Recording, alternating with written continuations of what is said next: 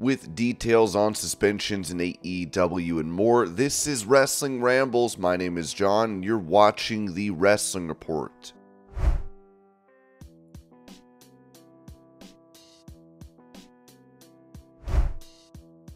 Revealing that he thought about returning to WWE during his time in TNA, Kurt Angle told Chris Van Vliet, "Yeah, I thought about it all the time. Don't get me wrong, I really love TNA. The thing is, when I started thinking about going back to WWE was when the money started running out and people were getting let go or people were getting laid off. And you know, I signed my last contract with them. I think it was for 5 more years, and I figured, you know what, after this contract is up, they probably won't have the money to pay me because they were paying me 7 figures and it was a part-time deal, so I knew they probably wouldn't give me that money that I was making. So I figured, you know what, it's time to think about going back to WWE, and I also want to go back because I wanted to go back for the fans and to thank them, the WWE Universe, because I had 6.5 incredible years in WWE, and I wanted to go back and thank the fans personally and perform for them before I retired."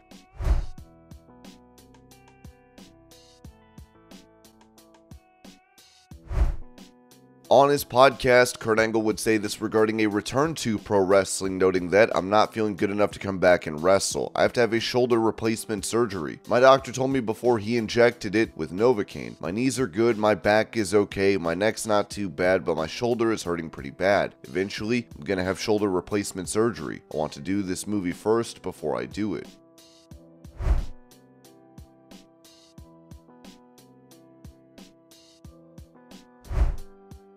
According to Wrestling Stats and Info, Roman Reigns is set for a milestone during his title run riding. Roman Reigns began his current reign as Universal Champion in late August of 2020. This week, the Tribal Chief surpassed his 3 uninterrupted years as a World Champion in WWE.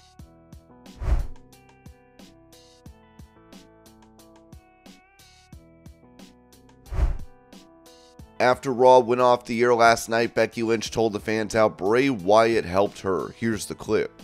He brought me up to the ring and he showed me everything I needed to do. And this is all a life event. And then at the pay-per-view at TLC, even though he had a match and he was busy, he spent the whole afternoon helping me and showing me that is the kind of person that Linda was.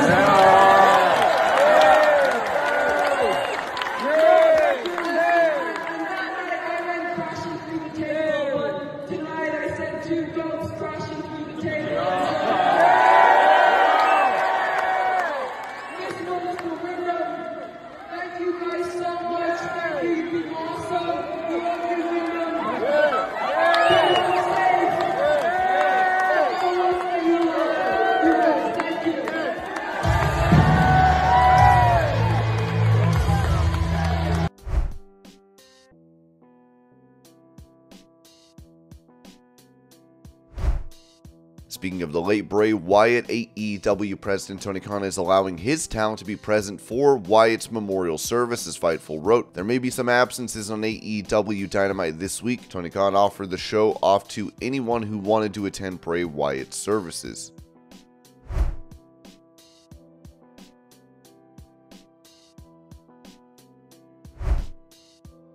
Given the fires in Maui that began on the 8th of August, Bayley is helping out, as she wrote on social media. "For the first time since I began wrestling, I will be auctioning off a few pieces of old gear. 100% of the proceeds will be donated to a Hawaiian community fund that I will elaborate more on when I share all the info tomorrow. Please stay tuned."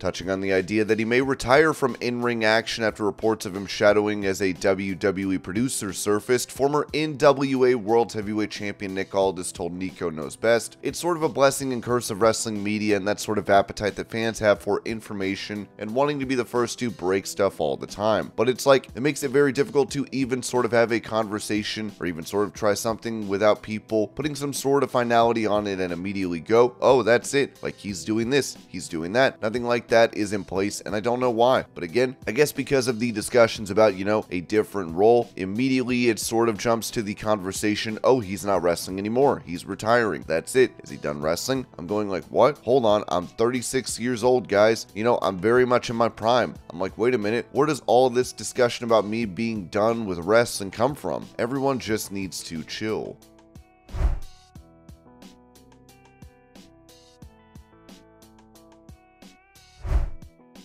When it comes to the current WWE status of Brian Pillman Jr., it was reported that former AEW star Brian Pillman Jr. officially started with WWE NXT this week. PWInsider.com has confirmed. Pillman took part in a tryout last month in Orlando. He finished out his independent appearances earlier this month with a loss to then NWA Junior Heavyweight Champion Kenny Morton in Charlotte, North Carolina at the Gathering 4. After that bout, Morton praised Pillman on the mic, pointing out that he was about to move on to bigger ball fields.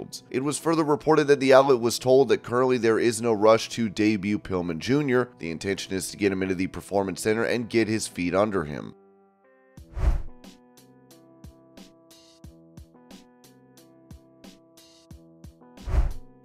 For more information on the recent passing of Bray Wyatt, TMZ reported that WWE superstar Bray Wyatt experienced a series of heart complications in the months leading up to his death, and a doctor-recommended heart defibrillator was not with him when they found his body, TMZ has learned. According to law enforcement records obtained by TMZ, Wyatt, real name Wyndham Rotunda, told his girlfriend he was going to take a nap Thursday, and she became concerned when she heard his alarm going off about an hour later without stopping. The report says Wyndham was discovered in his bed not breathing and was turning blue. Wyndham's girlfriend called 911 as her mother attempted CPR, but he was later pronounced dead at the hospital. Cops spoke with Wyndham's immediate family members who said he had COVID in March of 2023 and developed heart complications, causing him to have a weak lower part of his heart. In fact, just a week before he died, Wyndham was hospitalized for a heart issue. He had a follow-up appointment with doctors the morning he died and was advised to continue to wear an external heart defibrillator, a device designed to treat people experiencing sudden cardiac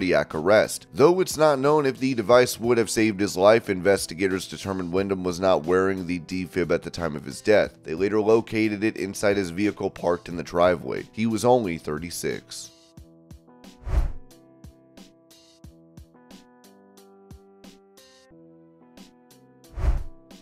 It appears that CM Punk got lost in London prior to the All-In event over the weekend, as it was reported that House of Wrestling has learned that when Punk landed at Heathrow Airport for AEW All-In London on Saturday morning, no one from AEW was there to greet him. There was also no car service to take him to his hotel, and when he texted a number he was given by AEW for the driver, it bounced back as being an invalid number. After waiting for a while, Punk chose to buy a train ticket and find his own way to his hotel. We are told that the tube was fairly busy at the time. Punk got lost, and a few fans who noticed the Second City Saint helped him figure out where he was going. It appears that Punk got into London so close to the actual event because he had taping commitments in Atlanta on Wednesday and wanted to spend Thursday with his wife and dog Larry before heading out on Friday and landing on Saturday morning. Brian Alvarez said on F4W Online that, "I also heard the travel story but was told he landed at a different airport, which maybe was part of the problem."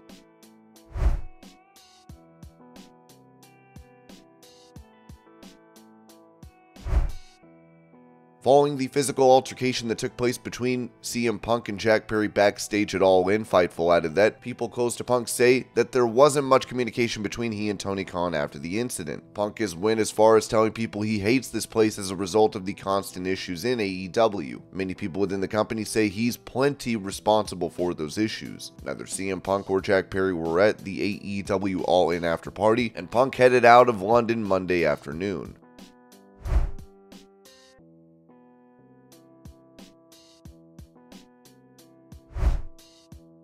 Taking to social media to voice his opinion on fans talking about the altercation between Punk and Perry, the recently returned Santana wrote, "Who gives a damn about who fought with who? Stop allowing that to drown out the fact that pro wrestling had one of the most amazing days ever. Grow up."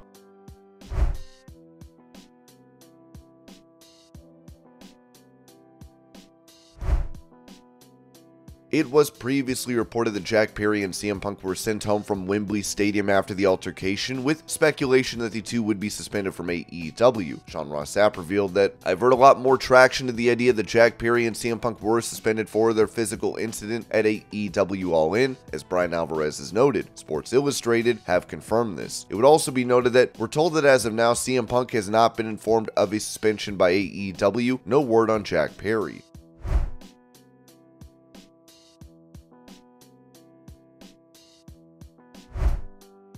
Given the reported suspensions of CM Punk and Jack Perry, it looks like this will change plans regarding booking for AEW, as Sean Ross Sapp said. This affects immediate plans for Creative, including this weekend's AEW All Out card, where Punk had been planned to perform. There is no word on the length of these suspensions. Staying on the topic of the upcoming AEW All Out event, PW Insider said this about Punk not being on that Chicago card. If that is indeed the case, neither would be available to the promotion for this week's Dynamite, Collision, and All Out pay-per-view, which all emanate from Punk's hometown of Chicago, which puts the promotion in quite the pickle, as he would undoubtedly be the biggest name on the nights he appears for local fans.